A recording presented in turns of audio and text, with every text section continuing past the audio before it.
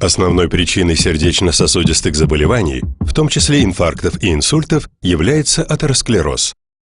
Это хроническое заболевание проявляется в накоплении холестерина в стенке сосуда и сужении его просвета, что приводит к нарушению кровоснабжения тканей и их гибели. Вместе с кислородом и питательными веществами кровь переносит и холестерин.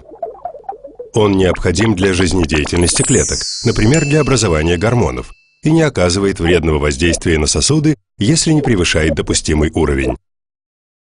Однако под влиянием таких негативных факторов, как курение, ожирение, гипертония, повышенный уровень холестерина, кровеносные сосуды повреждаются, а их клетки начинают синтезировать особые активные молекулы – свободные радикалы. Одновременно холестерин начинает проникать из крови в стенку сосуда.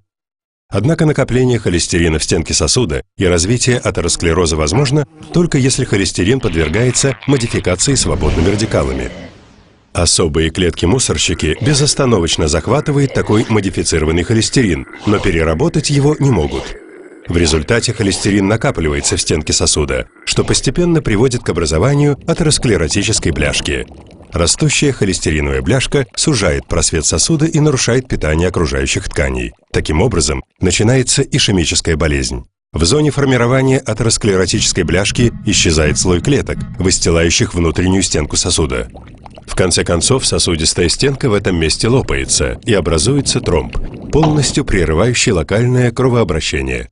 Не получающая кровоснабжение ткань гибнет. Такое явление в сердечной ткани вызывает инфаркт, в мозге – инсульт.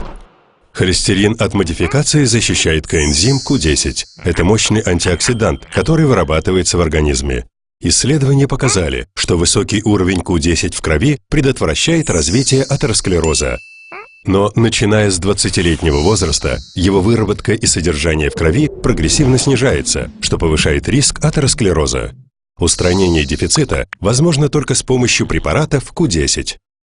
Кроме защиты от атеросклероза, Q10 выполняет еще одну важную функцию – участвует в образовании клеточной энергии.